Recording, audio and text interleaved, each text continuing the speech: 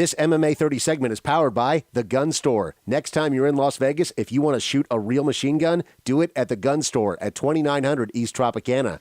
Dave Farra for MMA 30 at The Gun Store here in Las Vegas at 2900 East Tropicana, standing alongside the Pitbull, Mr. Thiago Alves. How you doing, man? I'm doing good.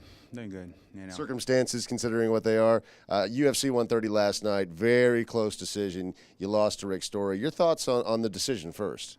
It was a close fight, but I truly believe that I won the second and the third round for sure. So that's why I was celebrating, at the end of the round. But the judge didn't think so.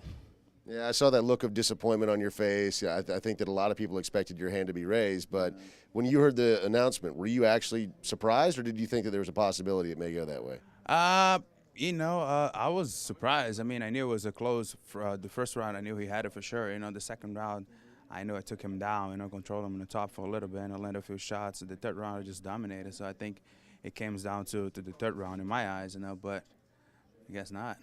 It's one of those risky fights, too, because Rick Story, a lot of people that are kind of MMA diehards know that he's a really good fighter and he's an up-and-coming prospect, but his name isn't as big as the Thiago Alves name yet. So when that fight first got brought to you, was there some hesitation on your part to take it? Because it's always dangerous to fight a guy that's not as well-known but is a really solid fighter. No, not at all. I mean, we're in this business, to fight whoever is next in the line, so I don't really pick my opponents, and Rick Story's a really tough kid. He proved himself last night, and I didn't take him lightly at all. I just thought it was a bad decision. The blueprint in the past to beat you before with John Fitch and GSP has been to use that wrestling, and Rick Story's got really good wrestling, but you did a nice job last night of avoiding that takedown. Was that a big focus in your camp? Yeah, definitely. I'm getting my wrestling skills better. I'm working my jiu-jitsu a lot. There are a few things that I really think I should have done better in that fight, not stayed in the cage for too long, try to push him off a little bit. I started out kind of slow, was picking up as the fight goes on. But it's a learning experience. I still think that I did enough to win the second, the third round. But once again, it's out of my hands now. I feel like you've answered a lot of the questions about the weight being an issue for you in the past. There's a guy standing right over there by the name of Mike Dolce, who I know has been working really closely with you for a long time. And I think you tweeted that you're ready to put this bedtime story to sleep with your weigh-ins on Friday. Do you feel like all the critics have been answered on that?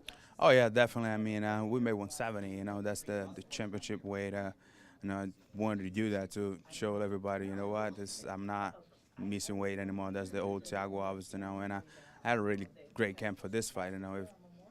Fortunately, they didn't win the way I won, last fight, last night. But it's getting better. Things are getting better, and the way it should. And I mean, it's not in the speed that I want, but it's getting there.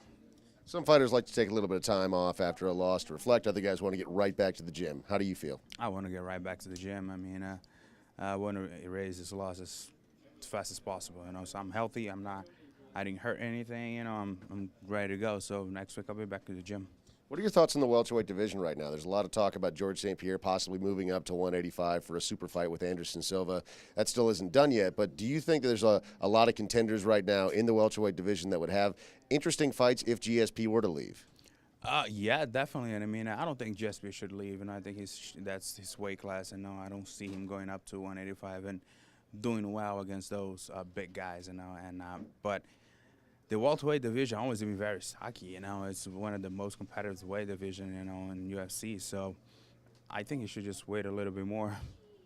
At UFC 130 last night in the main event, Rampage Jackson and Matt Hamill were in there, and Rampage at the post-fight press conference said that he wasn't even thrilled with his performance, even though he was out there kind of swinging for the knockout, looking for it. What were your thoughts on that fight?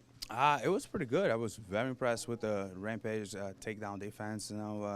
He was in shape. He was prepared, and he did pretty good. Everybody was talking about he was overweight and this and that, but no, he showed that he came very well prepared.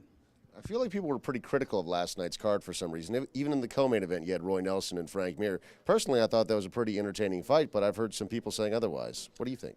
I thought it was a good fight, though. I mean, Frank Mir did a great job, and Roy Nelson is always entertaining to watch, so I thought it was pretty cool.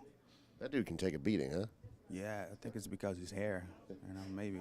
You should grow a mullet out. Maybe we should all grow mullets out. I can. I mean, I'm getting bald, so it sucks. Thiago Alves, thanks so much for talking to us. Looking forward to seeing what's next. A pleasure. Thanks for having me.